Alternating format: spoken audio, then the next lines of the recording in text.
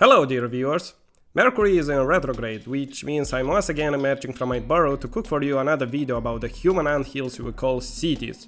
In the last months, this channel has grown at an astronomical rate, and YouTube analytics tells me that the majority of you are, naturally, ultra-rich gazillionaires, so I must oblige. If you have money and want to move to another city, but don't want to give up alcohol, don't want to befriend rats, and don't want to deal with the local superiority complex, then this city is for you. Zurich.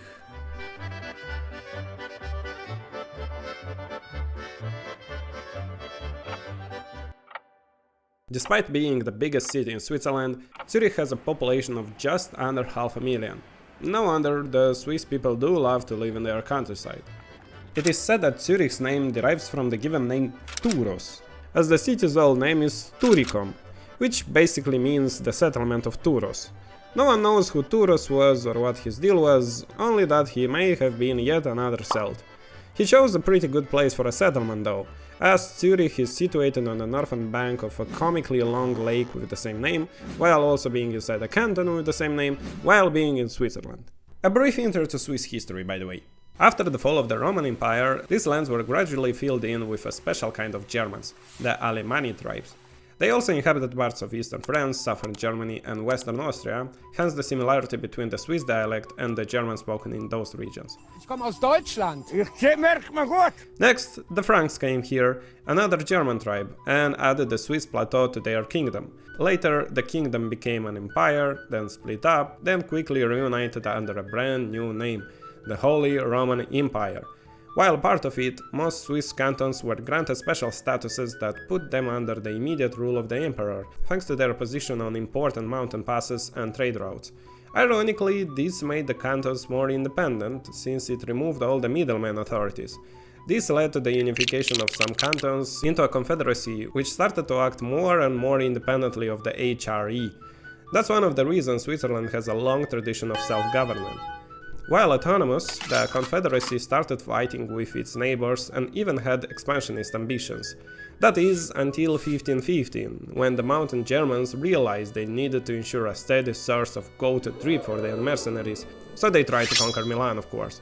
Sadly, the French and Venetians did not let them have it. They won the war, rolled their metaphorical newspapers, and told the Swiss not to be a bad confederacy anymore. Since then, Switzerland has embraced a policy of neutrality. All of this horsing around happened while they had their own intercantonal beef on a religious basis. At the start of the 16th century, the Protestant Reformation started to spread in Switzerland as well. One of the main hotbeds was Zürich, thanks to a guy named Huldrych Zwingli. You may associate the Reformation and the start of the Protestant Church with another German name, Martin Luther. However, not many know that in Zurich, Zwingli was also spreading anti-Catholic propaganda independently of Luther. This man was the pastor of the Grossmünster, the main church of Zurich, and he loved preaching totally radical stuff like, get this, listening directly to the Bible and not the church. Very anti-establishment. He was against paying a tenth of earnings to the Pope, against preaching only in Latin, and against fasting just because the church said so. And people in the city were listening to him. All this rebelliousness synergized perfectly with the Swiss tradition of self-government. And so, in 1523, after a sausage party and public debates, the city council sided with Zwingli and Zurich became the first officially Protestant city in history. Later, the Reformation movement was picked up by John Calvin in Geneva, which was then propagated to France, but that's a story for another city. Why did I bore you with all of this theology, you ask? Well, Swiss Protestantism comes with several caveats regarding work, mainly that any work done by man is sacred, and God shows his approval of your work through money. In other words, here in Switzerland, a new work ethic was catching popularity, where money is considered a gift from God, and thus should be used to make even more money, which suspiciously sounds like proto-capitalism. Max Weber must be rolling in his grave right now. So there you have it. The tradition of self-governing, their hard-to-break stance on neutrality, and the Protestant work ethic with its roots in Zurich. It's almost like the place was destined to become one of the wealthiest and most welfare-rich cities in the world. Oh wait, it did! And if it was not obvious from the architecture, noble-looking people and financial businesses, let's look at some of Zürich's records. Zurich, as a subnational region, has the highest human development index in the whole world, and by a substantial margin. Maybe if you stop stabbing people in the streets. It boasts of the highest life expectancies, one of the highest education indexes, one of the highest income levels, you get the idea. And if you've already started packing your bags, keep in mind that Zurich is also one of the most expensive cities in the world, tailgating giants like New York, Hong Kong and Singapore, while having just a fraction of their population. I'm gonna be honest, I didn't come up with a way to segue to the main attractions part, so I'll just... Let's start with the building they put on all the fridge magnets of Zurich. The church dominating the old part of the city with its two erect nipple-like towers, Grossmünster. It was built at the start of the 12th century, which is strikingly apparent thanks to the Romanesque style of the main hall, recognizable by the rounded arches. Yes, the towers have pointed arches, but they were rebuilt later during Neo-Gothic times.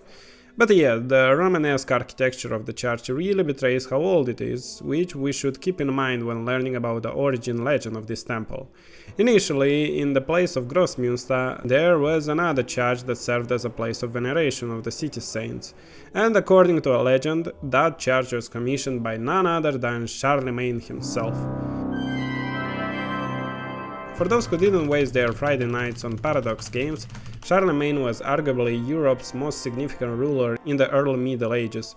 In short, he ruled the Frankish Empire at its height, which under his rule transformed into the Frankish Roman Empire when he received the imperial crown from the Pope, making him the Roman Emperor in the West. This laid the foundation for the Holy Roman Empire, when the Frankish Empire was eventually divided into West, East and Central Francia, later becoming France, Germany and everything in between. So yeah, a pretty important guy. Back to our church. Its founding legend says that Charlemagne was lured to Zurich by a fleeing stag on a hunt, and when he arrived here, the stag, his pack of hounds, and even the horse kneeled at the burial place of the saints. This convinced Charlemagne to build a church here in their name, which would later become the Grossmünster. You can see the depiction of the legend on one of the reliefs inside the church, and in the crypt there's also a giant statue of Charlemagne himself, which used to be on the side of one of the towers. Thanks to Charlemagne's friendship with the Roman Pope, he ended up being venerated by Catholics as a saint, which is ironic when you consider that Grossmünster, a place allegedly founded by him, became one of the first Protestant churches and served as a starting point for the Reformation in Switzerland.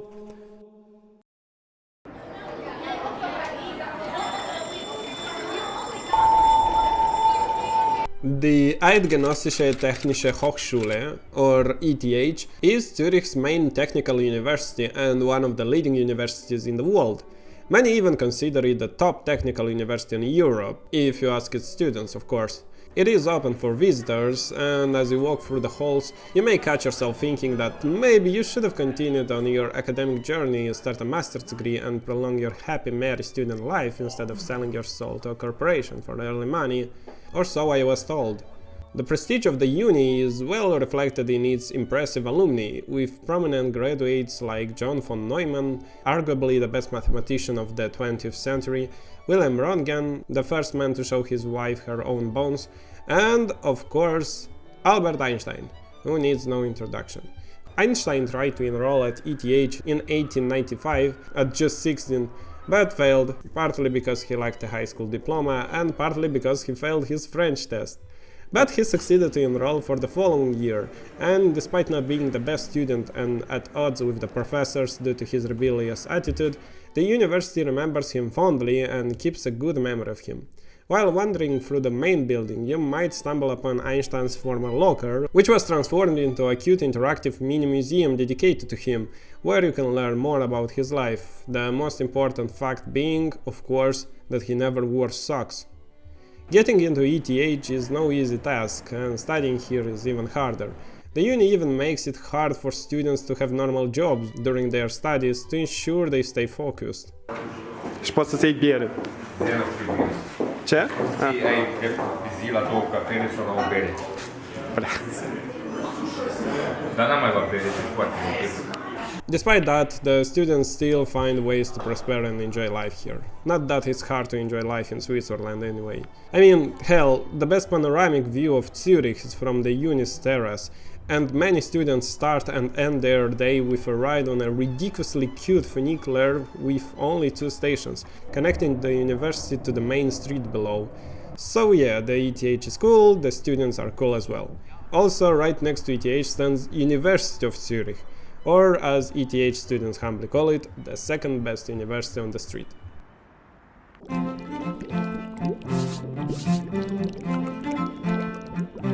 Besides expensive wristwatches, snowy peaks and tax evasion, Switzerland is also known for its chocolate industry. In the second half of the 19th century, Switzerland was the birthplace of major innovations in the world of chocolate. For example, you get to savor milk chocolate thanks to Henry Nestle's idea to add condensed milk to cocoa, and that smooth, refined texture of chocolate. God bless the Konchik process for that and Rudolf Lindt for inventing it. By the way, speaking of Lindt, the company, not the man, it remains one of Switzerland's biggest producers of chocolate, with its headquarters just outside Zurich in a small town named Kilchberg, right next to the biggest chocolate museum in the world. Step inside and you will journey through the history of chocolate, from its origins with Mesoamerican civilizations to its introduction to Europe by the Spaniards, all the way to the development of the chocolate industry in Switzerland. In case of Lindt, as I have said, he is known for pioneering the process of conching the chocolate to give it its smooth, silky look. The company takes great pride in this technology, so much so that the very first thing you'll see when entering the museum is a big, tall and either very appetizing or utterly disgusting fountain of smooth, liquid, velvety flowing chocolate. You can also get an inside look at the chocolate making process, enjoy plenty of delicious samples, as well as discover what actual sugar bombs these sweets are. You're telling me that all kinds of chocolate are at least a third just pure sugar, even the black one? So yeah, if you find yourself in Zurich and you have a sweet tooth, there is absolutely no reason for you not to hop on a quick 20-minute train ride to visit this place. And if you do, take some photos of the cameras at the end of the tour and consider sending one my way. It will warm my heart knowing a subscriber remember me when visiting this museum. I'd be honored to hang you on my fridge. Alright, of course there's much more to talk about the city of Toulouse. After all, it's arguably the most important city in Switzerland, both in a cultural and economic sense. Arguably. And since the video has already got too long for your attention deficient brains, here's a quick list of other interesting stuff from the city. Zurich is a city that has been wealthy for a long time, and it thankfully shows through its architecture. Yeah, sure, you got your big Romanesque minster and a bunch of small Gothic churches spread across the center, but you also got a Renaissance everywhere you look, Neoclassic, Neo-Gothic.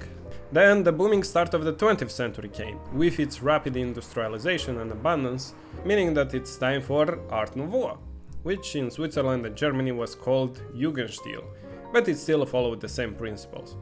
Hold up, I don't want this. This is hit or miss, said the Swiss in total dismiss. I want to return to nature. The Swiss yearns for the mountains. Let's live in houses that look like summer resorts. This sentiment gave rise to a return to traditional rural architecture known as Heimatstil. Now, as in any rich city, there are a lot of instances of modern architecture as well. Here are some examples of that from the internet, because I didn't have time and energy to visit all of them. Also, most of them are pretty far from the city center. Except this one, Pavillon Le Corbusier. A marvelous example of Le Corbusier's great architectural talent, the master's last jewel, a building that totally does not look like a gas station, being most famous for appearing in that one video of Internet Historian. I think that is hideous. It's the middle of March, yet there are green palms everywhere in Zurich. You'd think that in Switzerland there would be only pine trees and cows eating grass everywhere. But no, palms. Apparently there is an invasive species of Chinese palm spreading on the southern part of the Alps. They find the Mediterranean climate there pretty suitable, and since the winters in Zurich are mild, the palms adapted here as well. Really weird. Yes, Zurich is in Switzerland, a country that is 70% pure mountain. Yet the city sits at a relatively low altitude of only 408 meters. The Alps are way over there. You'd have to go for 2 hours by train to get there. However, if you want an even better view of the city and the lake, consider taking an easy hike on Ötelberg mountain, south of the city. There's also a restaurant here, a cool tower which I think you can climb, and also a train station. Yes, if you're lazy enough to climb up or down, just take the train, because yep, there is a train that goes up almost to the top. Another Swiss public transport W. That was Zurich for you. A busy, expensive place, but at the same time a stunning, cozy and high-class city. You should definitely pay a visit, if not for the history and main attractions, then at least as a starting point to explore the rest of Switzerland. I hope you enjoyed the video. If you did, consider liking and subscribing. God only knows when I'm gonna upload again. See ya!